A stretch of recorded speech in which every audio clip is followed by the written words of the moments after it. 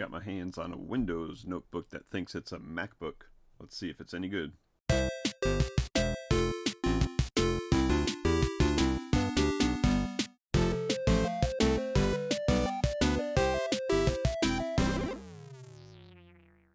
everybody, it's Chris from FamilyGeekery, and today we are going to take a look at this Hwawei Matebook X. This is from 2018.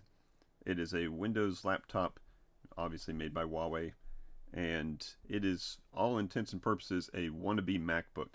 Of course, it's running Windows, but hardware-wise, design-wise, it looks like they really went after that premium MacBook market. So let's take a look at this thing. We'll look at the outside first, and we'll look at some of the specs and see what kind of a laptop it is. So starting off with the outside of the case, this is a nice aluminum unibody case. Like I said, it's got like a space gray type look to it that wants to be like the newer MacBook Pros. And let's look at some of the connectors that it's got. So on the left-hand side here, we've got two USB-Cs and a headphone jack. So that's nice to have the headphone jack, not to have to worry about using up one of your USB-Cs for a dongle. And one of these is going to be for charging, and the other one is going to be a Thunderbolt 3. So super high speed. That's really nice on a Windows book like this. It's not necessarily a MacBook, but it's nice to have a nice super fast input for transferring files. On the other side, this is where the real beauty is. Very clean and simple. Just simply a USB 3.0, so type A connector. So kind of hard to see, but there it is right there. A full-size USB connector on a very, very slim case. That's just real nice of them to do. I wish that MacBooks could have fit that on there, but alas, we have to use dongles for everything on those newer MacBooks with USB-Cs. So that's a nice addition. If they could have fit a full-size HDMI, or at least a dedicated video output, that would have been nice. But in this day and age, if you have a modern laptop with USB-C, you almost certainly have a dongle that's going to have all your outputs. It's going to have a couple USB A outputs or inputs. It's going to have your video, whether it's HDMI or DisplayPort or mini DisplayPort. So you're going to be using a dongle for any kind of video, unless you're casting it wirelessly. But overall, I'm pretty happy with that. The Thunderbolt on a Windows book is very nice. And then of course the full-size USB-A over here. Opening it up, we can also start to see that this also looks very, very similar to a modern MacBook. We got the stereo speakers on the side here. A huge, nice trackpad that is really, really nice. It works really well. A very low-profile keyboard, but I can tell you up front that this keyboard is better than those original, what do they call them, butterfly keys that MacBook Pro put on their very low-profile keyboards. Very happy with the keyboard itself. And we've got a fingerprint reader up here, a circular fingerprint reader, which works very, very nicely. It reminds me a lot of the old iPhones back from the 6, 7, 8 days of having that round button on there, that home button that had the thumbprint reader. So that's great. And look at this little guy right here. Peekaboo! It's a webcam. Instead of being up in the bezel, it's hidden down here in the keyboard. Now that's nice and it's not nice. I think it was a necessity because the bezel, as we're going to see in just a second, is extremely small. Might have been impossible to get a camera up there, but doesn't exactly make the best placement for a camera. Otherwise, other companies would have been doing it for years, right? There's a reason why it's up on the screen.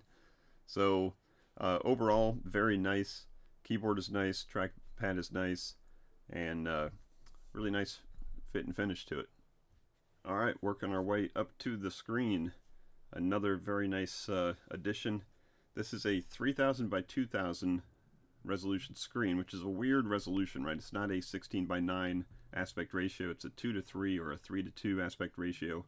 So it's a little strange, but it's great for productivity, great for photo editing, and for anything that's usually, normal widescreen, maybe streaming Netflix or YouTube or something. Then you're going to have some dead space on the top and the bottom.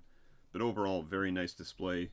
it works out to be 260 ppi on this 13.9 inch screen with that resolution of 2000 by 3000 or 3000 by 2000.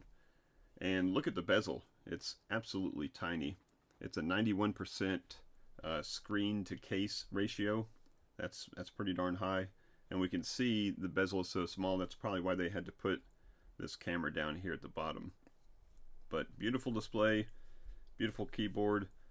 Let's talk about the specs so we can see what kind of performance to expect. So taking a look at the specs here, we got an Intel Core i7-8550U. That U meaning that it's a laptop variant, so it's a lower power, requires less power, chews up less power, but it is obviously less powerful. Starting at a 1.8 gigahertz, and it probably turbos up to 3 point something, probably 3.6, somewhere around there. So plenty of speed for a ultra portable laptop like this. Obviously not desktop class or anything. We got 16 gigabytes of LPDDR3 running at 2133 megahertz, and that is soldered onto the main board. That's one of the downsides of having a laptop so thin, but at least it starts with 16, which is all that we need for a laptop like this. It's got a 512 gigabyte SSD in there. It is an NVMe drive. It's kind of hard to get to. You got to take the whole like heatsink assembly off, but you can get to it if you needed to, and you could replace that. But 512, that's a decent size for most machines like this. And so pretty decent specs. As far as the GPU goes, it comes with the built-in Intel Graphics 620, Intel UHD Graphics 620, but it does have a discrete GeForce MX 150, which is a 2 gigabyte GPU, and it's not going to be the latest greatest super duper awesome graphics card, but it's going to run some games on a laptop a lot better than the built-in Intel graphics do. So a nice little addition. Of course, this machine here, it started off probably when it sold brand new around $1,700 or $1,800. So you'd expect to have pretty decent performance for that money. I've got it used just the other day for much less than that, and bang for the buck wise as far as the used market, I've got a really awesome deal on it, really.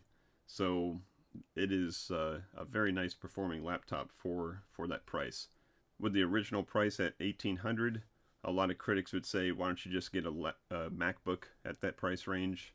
I guess it just depends on if you're looking for a Windows Ultra Portable or if you're looking for a Mac Ultra Portable.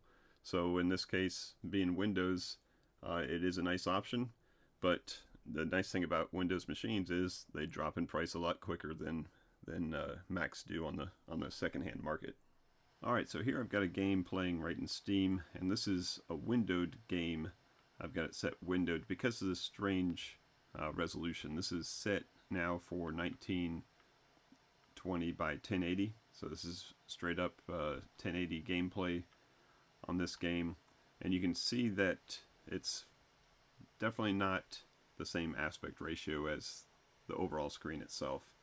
And you can see how much more desk real estate you get. So if you buy, and it is touchscreen, and if you buy a regular 1080p laptop, this is how much you're missing out on extra screen real estate. So it is pretty nice to have that. So that being said, with that 2 gig drive in here, and this is just Saints Row 3, it's not a new game by any means, but it is a nice 3D game. It is playing at like PS3 type games would be compatible with this. So a PS3 caliber game playing at 1920 by 1080 and I'm getting 60 or 70 frames per second. So if I go into the options here and look at my display options, I do have, if I go full screen, I can set this to the full 3000 by 2000. So let's go ahead and apply that. And my FPS is going to go down a little bit. I'm rocking about 37 right now. Again, which isn't going to be full 60 frames per second, but it would be about on par with your old PS3 type games. And it is still very, very playable. at this resolution if you wanted to get it all the way up to the 3000 by 2000, and with this kind of frames per second. But again, this is a laptop that's not a gaming laptop. It's, I would say, more of a ultralight performance type laptop for, you know, productivity and all-around use. But you are still able to play games like this. Now you can probably hear the fan is going a little crazy. It does speed up a little bit to keep that GPU and CPU cool.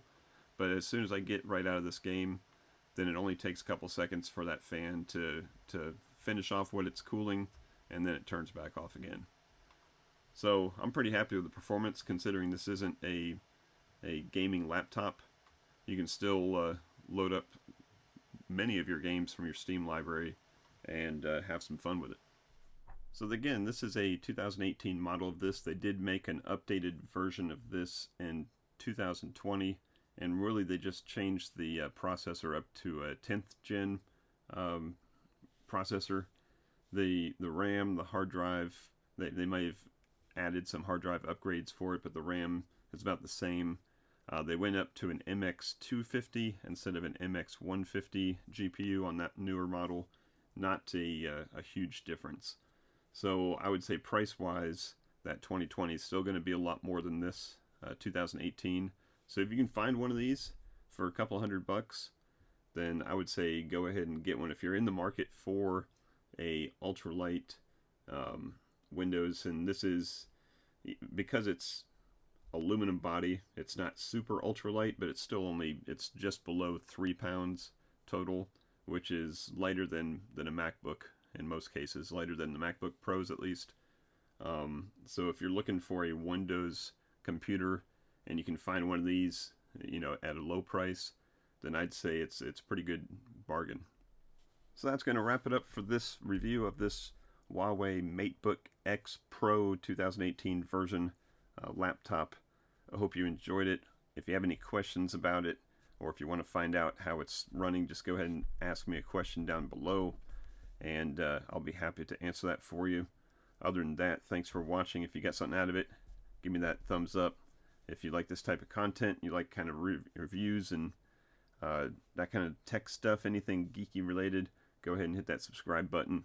And thanks as always for watching. Until next time, peace out and geek out.